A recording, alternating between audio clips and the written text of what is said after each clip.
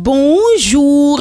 Plusieurs sujets font le menu des journaux parus ce jour. Réumi Quotidien s'intéresse principalement à la politique économique et au Doing Business 2017 et nous parle de ces promesses de Macky qui passent inaperçues. Le débat politique et les sorties au vitriol obstruent les exploits économiques réalisés par Macky Sall selon le Piroguier qui note que le rapport de la Banque mondiale indique que le Sénégal a fait de grands bonds en avant. La facilitation de l'enregistrement des titres de propriété, l'opérationnalisation d'un nouveau bureau de crédit, la réduction des coûts relatifs au paiement des impôts sont entre autres autant de réformes exécutées par Macky Sall qui ont permis ces performances, fait savoir le Piroguier, chroniqueur de Réumi Quotidien, à lire à la page 4 de ce journal où le président du mouvement des entreprises du Sénégal explique aussi les performances du Sénégal dans ce nouveau classement Doing Business. Mbagnick Diop cite ces 4 réformes qu'il magnifie mais souhaite que ces avancées sur le plan macroéconomique du Sénégal se fassent ressentir sur le panier de la ménagère. Dans son autre registre, Réumi Quotidien renseigne que l'Assemblée nationale va se prononcer le 11 novembre prochain sur la levée de l'immunité parlementaire de Barthélémy Diaz,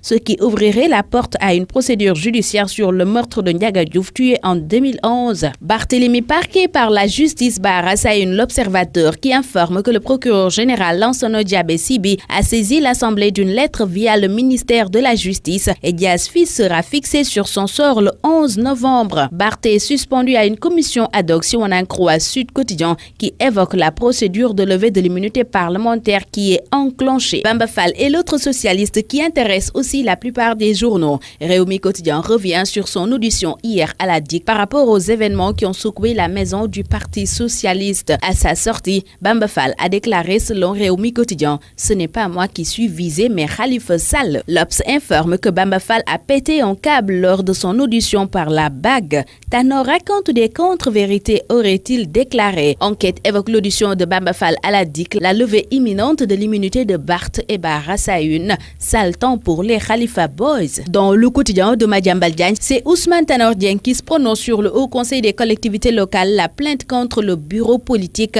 et l'affaire Barthélémy Diaz. Nous sommes droits dans nos bottes, déclare-t-il. Le populaire nous fait part de malaise dans les rangs de la majorité et titre le quintet du désordre dans Bénin. D'après ce journal, le camp des frustrés incrimine Macky et son Bénin des 5 APR, AFP, PS, LD et PIT. Pendant ce temps, mon confrère Hassan Samb de Réumi Quotidien nous apprend que le président Macky Sall fait face à de nouveaux fronts. Il s'agit entre autres des frustrés du HCCT qui sont sur le pied de guerre. La Tribune évoque le grand oral du Premier ministre à l'Assemblée nationale et nous apprend que les questions sont déjà envoyées à certains députés et les réponses déjà connues. Dictée préparée du PM s'interroge à sa une ce journal où Thierno Bocoum dénonce un maquillage. Walf Quotidien qui annonce aussi le Premier ministre devant les députés parle de mascarade à l'Assemblée nationale. Libération évoque les soupçons de blanchiment au cœur du zircon et de l'or sénégalais et titre MDL, les preuves d'un carnage financier. Dans un autre registre, le quotidien LAS informe que le Sénégal et le Mali ont décidé de verser le reliquat de 7,5 milliards de francs CFA pour remettre la société Dakar Bamako Ferroviaire sur les rails. La société traversait des difficultés financières à cause du retard de versement du reliquat pour une transition sans difficulté. Terminons avec Réumi Quotidien qui informe dans sa version sport qu'Aliou Cissé publie sa liste aujourd'hui pour le match Afrique du Sud-Sénégal. Bonne lecture à tous.